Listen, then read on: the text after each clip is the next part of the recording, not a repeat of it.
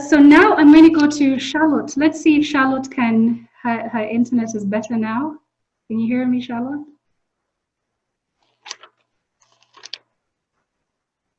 Rowena, please unmute. Yes, okay. Can you hear me? Yes. Okay. Wonderful. Sorry, my internet went off. I don't know what happened. Sorry, sir, it happens. So, tell us about Bunyonyi Safaris and what makes it, or should I launch into my questions that will guide the conversation? Sure, I will. You mentioned very interesting measures that you're putting in place for social distancing. Want to comment on that? Yeah, we are lucky in that we have, we've always promoted that outdoor. Most of our dining is outdoor. We usually serve our breakfast on the roof terrace. And then we have different products. For example, we have a hilltop place, which is quite a distance from the other hotel facilities where we can do camping and we host weddings. So we have a lot of space in which we can do social distancing. And even our indoor dining area has big windows and we do not depend on AC. So social distancing for us at Bunyonyi Safaris has always been the norm, really. We don't have people, all crowded in one place. It's maybe Christmas and Easter, but other times we usually have different groups in different places. So we are going to increase on that, of course, and make sure that the dining hall is also well spaced out. When it's raining and people cannot go outside, we do not want to take in big groups. Mostly we'll have to control the entrance at the gate, because sometimes we have day guests mixing with the residential guests. So we will have to control the numbers at the gate. We do not want crowds. So that's one of the measures that we are going to take to ensure that we have social distancing. Okay. Post-lockdown, when I say post-lockdown, I just mean when all the hotels are fully operational and people are moving around. I don't mean after tonight if we get released out into I just mean when hotels and everything is fully operational now. So post-lockdown, which segments are you going to focus on the most? What type of Ugandan, what category of Ugandan do you think you're going to be able to attract the most? Okay, we've been having mostly families, but now we are looking at the youth, because we know that the youth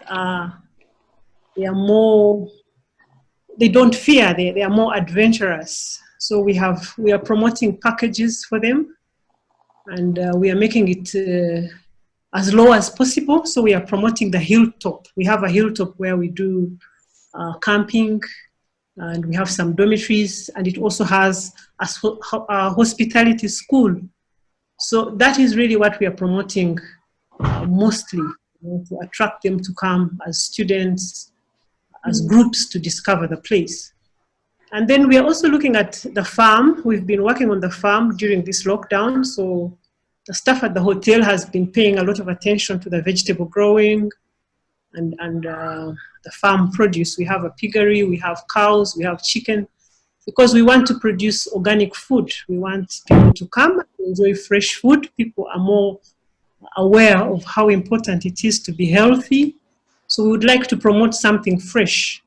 And also the staff will have food during this time, so that we don't spend money on now buying food when we have our gardens.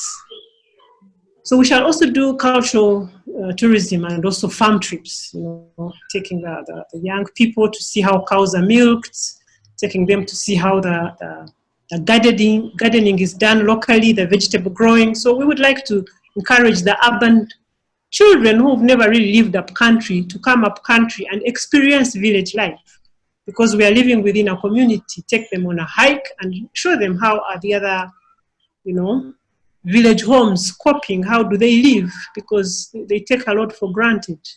They think everybody is having a good time getting milk from the fridge, but if you can go and see how a cow is milked. So that is what we are promoting. We are promoting rural Uganda. We are promoting the community tourism. Yes. Yeah. Thank you. Okay. In terms of family, how are you attracting families? What do you have at Bunyonyi that I know you've mentioned the farming, I'll touch on that later, but do you have family rooms? Because I know this is always an issue, even when we are booking. Some resorts don't have huge family rooms where, like a whole small family with two children can sleep instead of taking out two rooms. Do you have this? Yes, yes, we have family rooms, and we have suites which have kitchenettes, which have their own dining halls, and we also have rooms whereby a parent can sleep in the same place but different rooms within the same enclosure. So Yeah. we cater for families a lot, and we also cater for families with more than like 4 children. So we have all those facilities. We have quite a variety to take care of whatever size of family. Okay. To mention, I'll just make a comment on. I really like what you said about the farming. There are very many. I have been, apart from trying to figure out what post-lockdown is going to look like for Travelneza and the travel industry in general. I have been a teacher, actually more full-time teacher than, and we have been doing SST or science. Part of my 8-year-old's work is 7 still, but how to milk this, what do we get from this and that animal, what do we this and that, and there are very many children who have never seen a cow being milked, or who don't know what the young of a pig looks like or what pigs eat. For them this is all theory. So imagine a family that lives in Bugolobi floods being able to go to Bunyonyi Safaris for a 4-day holiday, and the kids actually get to participate in the milking of the cows and get to see what the young of these animals are and what they're called. So basically it will be like their science coming to life, and this is stuff they just will not forget. So I think that's amazing. That's also part of adding on creative experiences that make this, make every shilling more valuable. Now, you had also mentioned what I like to call, what our president called scientific weddings, and how you've actually been doing this in the past and how you're going to target more of these. Do you have any comment on that? Yes, actually, we already have a scientific wedding booked at the hotel, and we are taking precautions to make sure that people are safe. And this will be a first for us, but the staff have also been training, because there are a lot of online materials to read and to train on the internet to know what to do and what is expected of you. So yes, we are still getting some bookings for weddings, and we have changed the way that the weddings are being done. So yes, that issue of weddings is very important for us, and we the social distancing, the sanitization, making sure that the staff are on standby to make sure that the meals are also served in a manner whereby people are not going to contaminate the serving area. So all that is being taken care of, and I believe that we should be able to deliver. Okay, just to go back to the camping that you mentioned, right? I really like that. How much would it be for a night? Because now you're trying to speak to the youth. By the way, so youth is 35 and below. What is youth again? The people that you're targeting, these are young. Yes, yes. Okay, what has been happening, we've been getting people coming with their own tents, because they prefer, some groups like to do that. So we've handled some camping groups before. And so if you have your own camping tent, we let you use the venue, and we have showers, we have a kitchenette where you can cook your own food, or you can buy the food from us. We have, all the facilities that you need to be comfortable. And we light a campfire for you, and there's security. And you only pay 25,000 just to camp. So here we are looking at groups. Yeah. So, and the place is big, so you don't have to be close to one another.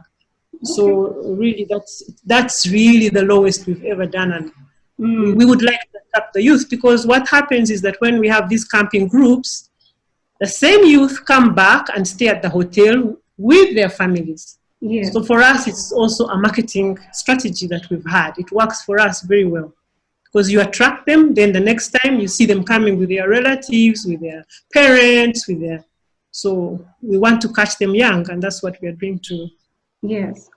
And show them that's the. really good. I mean, um, the hotel I stay at when I'm alone is different from the one I'll stay at when I'm with my partner, different from the one I'll stay at when I'm with my parents, and then with Shema. So it's different. So you can literally get the same guest coming in different, should I say, capacities, as a girlfriend, as a friend, as a daughter, that kind of thing, or even part of a team building with her company. So back to what basically this topic is, all the people out there that are saying that the hotels are not working on pricing for Ugandans.